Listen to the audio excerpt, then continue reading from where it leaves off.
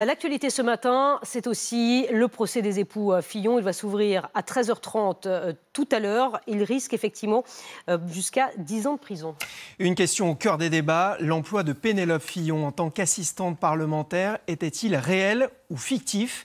Les époux Fillon sont accusés de détournement de fonds publics et de complicité. Anne-Sophie Châtenay.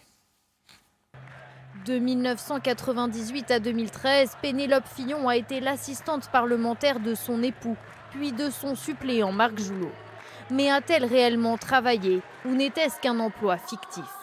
Face aux enquêteurs, devant la presse ou dans les meetings, l'ancien Premier ministre n'a jamais cessé de défendre son épouse.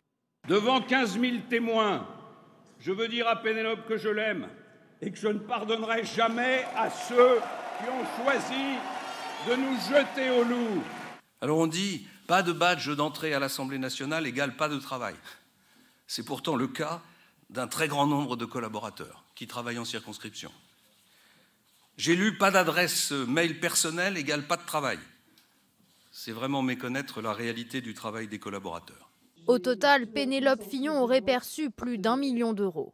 Réputée discrète, elle était sortie de l'ombre pour soutenir son époux, alors candidat à l'élection présidentielle. Je pense vraiment que sa candidature est ce qui pourrait être le mieux pour le pays. Devant les juges, Pénélope Fillon va devoir s'expliquer au sujet d'un autre emploi, celui de conseillère littéraire à la Revue des Deux Mondes.